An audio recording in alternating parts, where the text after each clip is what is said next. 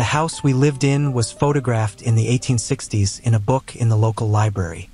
It was shown to be one of the first houses to have a radio and some sort of headphone device on top of someone's head. I go on my merry way to school one day. My mom is home alone cleaning up after breakfast, not too soon after I leave. So she is doing her thing when she begins to hear music upstairs. She thinks to herself that I had left the radio on. She is pissed because we are poor and try to save every penny we can on our electric bill. She gets to the top of the stairs, which has an open railing. She looks to the right, and there is a pair of legs standing there, tapping feet to the music. She didn't even stay to look up for a body. She ran the hell out as the music stopped and the legs began to turn to her.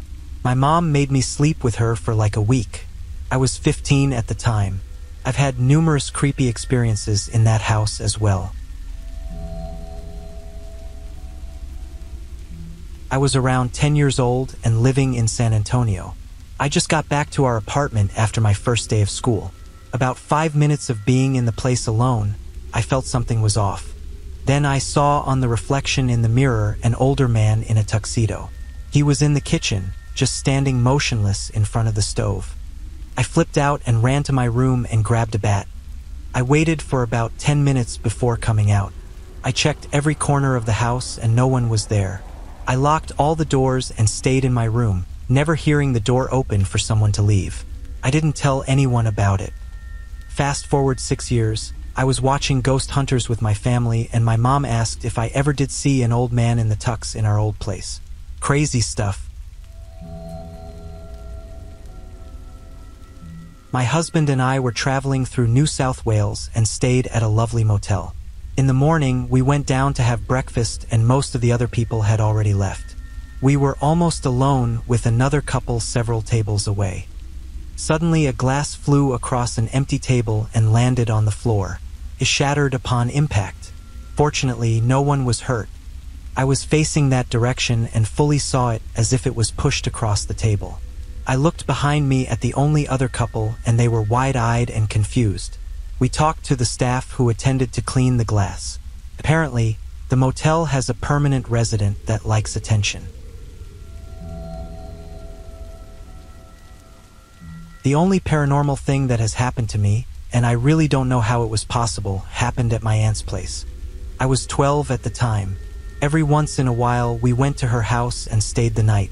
I always ended up sleeping on the sofa.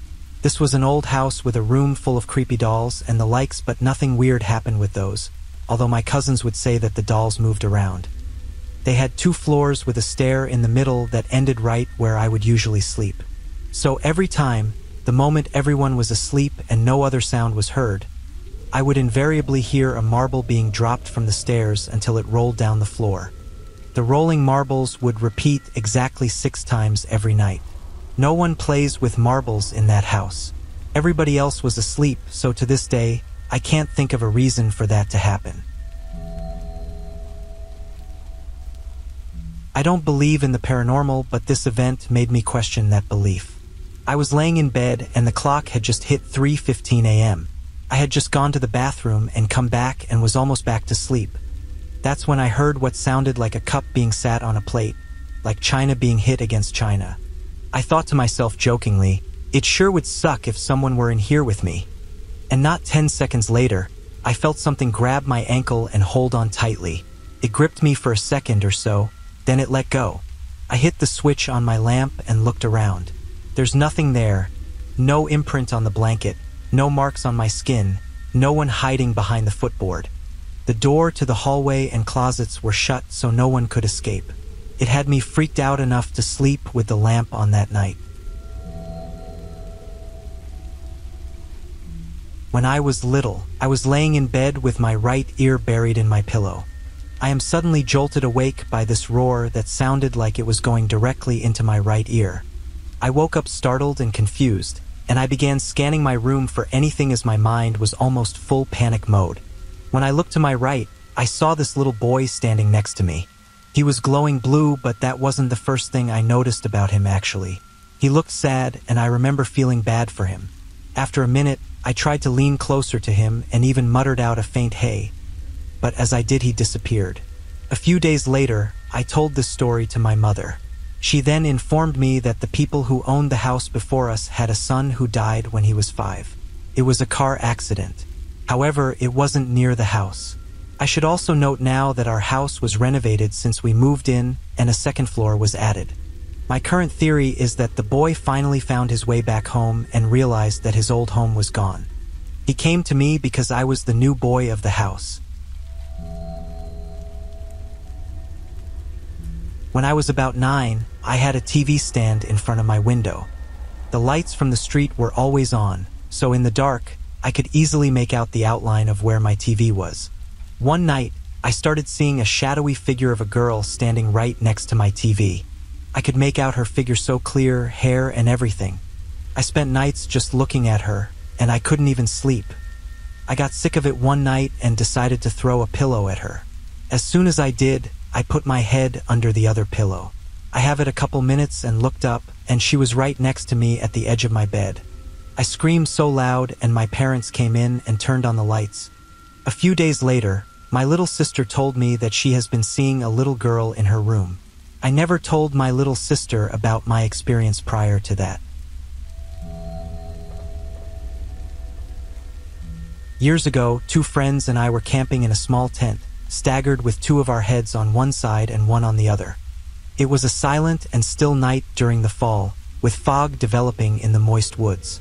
What sounds like a muffled voice on a cell phone starts coming out from the center of the tent between all our heads. I heard someone keep asking, "Hello? Can you hear me? Hello?" My friend asks, "Are you hearing that?" At once we all sit up and start shuffling around in the tent looking for the phone. There is no phone in the tent. I look to my friend on the other side of the tent and ask what they heard, and they confirmed they heard the same voice asking if someone could hear them. We all agree this is what we heard, and that the sound was coming from the other side of the tent. The next morning, we find all our cell phones sitting in the car still. There's no cell reception at the campground. Was it someone underground? It still sends shivers up my spine.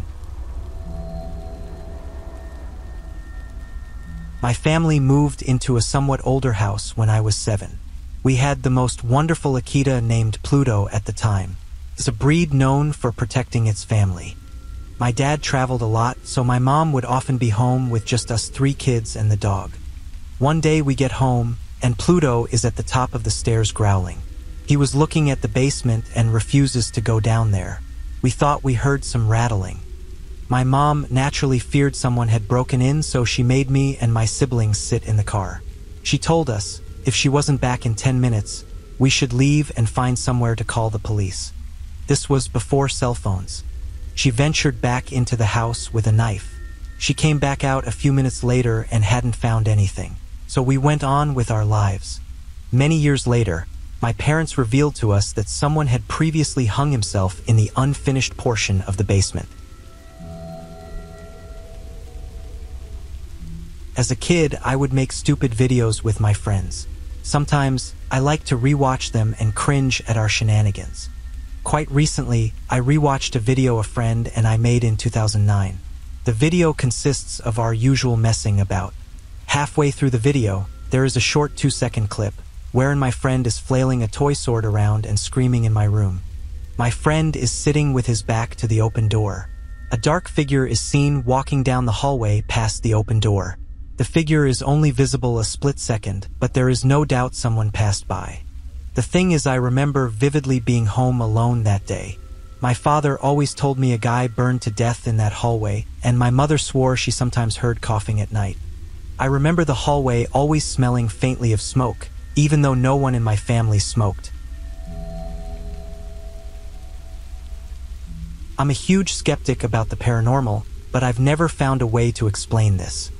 My sister and then 4-year-old niece moved into a townhouse apartment complex. My niece is 14 now and still remembers this vividly. One day, my niece suddenly ran into my sister's room. The kid is shouting about a man in her room who was yelling at her. My sister jumps out of bed and searches around for anyone or anything out of place. She finds nothing. The doors and windows are all locked. It happened to them a few more times over the next few nights. My niece doesn't want to sleep there and won't go into her room anymore. Some weeks later, my sister had a chat with the other moms at the complex. One lady mentions how creepy that is considering that a guy overdosed in that apartment a few years back. Apparently, his son's room was now my niece's room. My sis did some digging and found the guy's name, which led to his obituary. She pulled up the picture from the obituary and called my niece to the computer. She got half a step into the room when she saw the photo on the monitor and ran out screaming about the man. We have absolutely no explanation as to how she recognized this guy's picture. I lived in an older home for about 5 or so years. My stepdad knew the man who had lived there before us. He told us he hung himself in the attic. I honestly didn't think much of it. That is until I heard the footsteps. Like clockwork, every night at 3 a.m., I would hear footsteps walking along the length of the attic. These would go over my room and then suddenly stop. The steps were heavy and you could clearly tell the pace was at a normal walking speed. It sounded like a man contemplating something, thinking about his next move. If it was really the former owner, were those his final moments being played out every night before his fateful decision? Who can say? There were other stories from the house, but those footsteps, which went on for years, still freak me out. This is the scariest thing that has ever happened to me. Most people I tell try to come up with a logical explanation, but there is none. I've been living in my new house for 5 months or so. I took a shower and got out to dry off. Nothing out of the ordinary. I had taken a crap ton of showers in that bathroom already, so it's not like it was anything new. Then I looked at the steamed-up mirror. On the mirror, in perfect writing, read something along the lines of, "Dear Father, please forgive me." The writing was so good that no human could do it with their fingers. I completely forgot the rest because I was just so freaked out, but it was terrifying. I was alone and my house was locked the entire time. The writing had also never been there any other time I took a shower.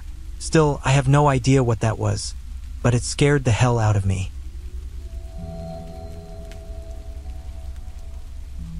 I am a mental health therapist.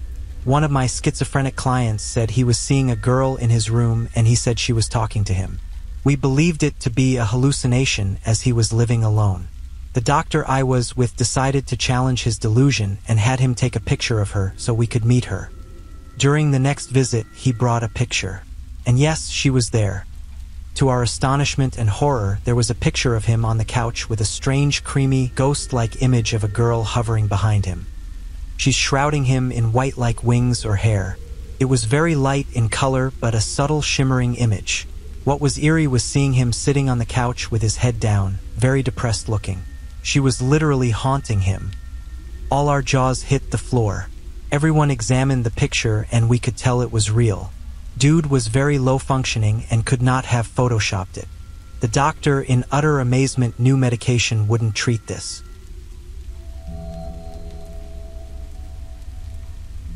When I was about 13 or 14, I lived in a normal block house in a suburban neighborhood with my family.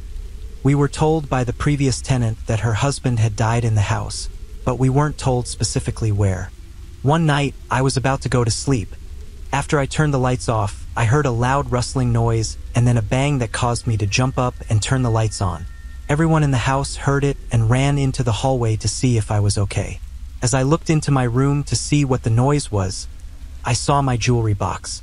It had a set of doors on the front which latched shut, but they were fully open with all the drawers hanging open. I threw that thing in the closet so quick and never pulled it out to use again. I still heard things in that house.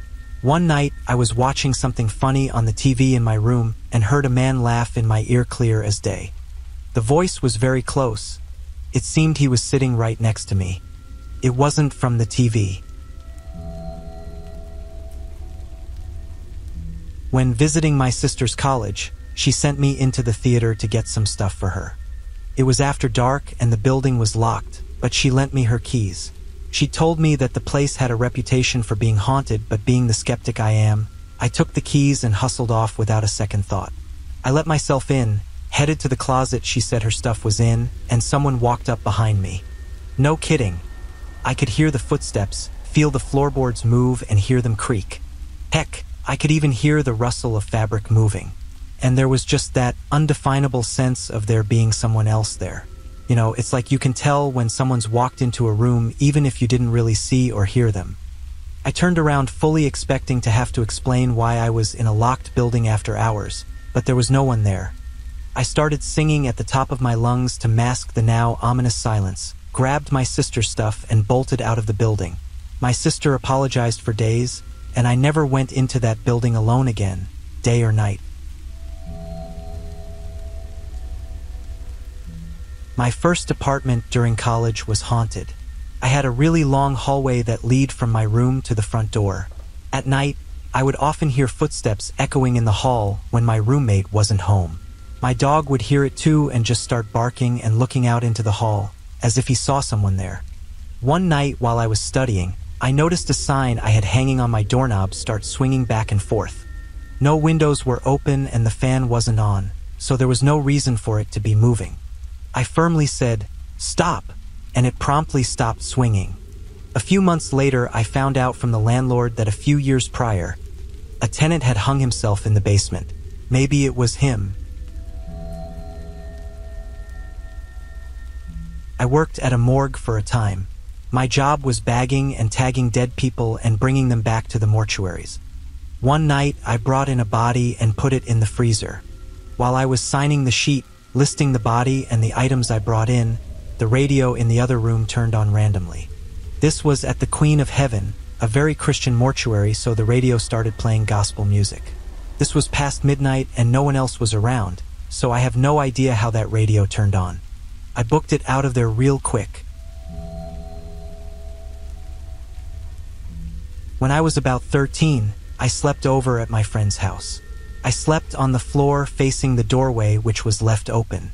At around 3 a.m., I woke up and swear I saw a ghastly apparition of a sobbing woman. She was in a wedding dress and floating down the hallway towards me. She disappeared just before she reached the doorway. I eventually got back to sleep and chalked it up to a weird dream. A few days later, this same friend casually mentioned seeing the same ghost or spirit or whatever. I had never told him about my experience. I slept at his house innumerable times over the next few years, but never in that same room, and I never saw her again.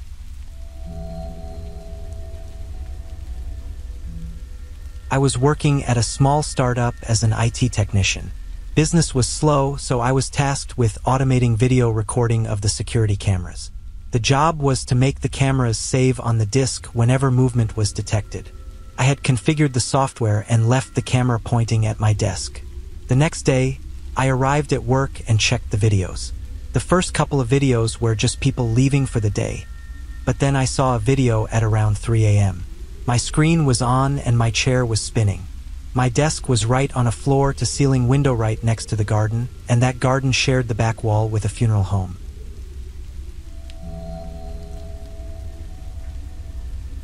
I used to deliver pizza, and I often had deliveries right at midnight when we closed. One time late at night, I'm driving back to the store through a small neighborhood. Up ahead, I see something. This perfectly spherical, bright, and shiny thing.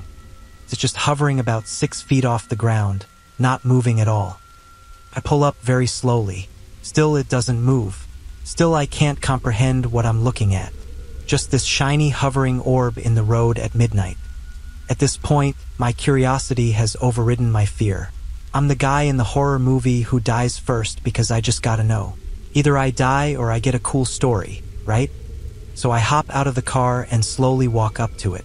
I'm right in front of it and still can't understand what I'm seeing. So I reach out and touch it. It's a balloon.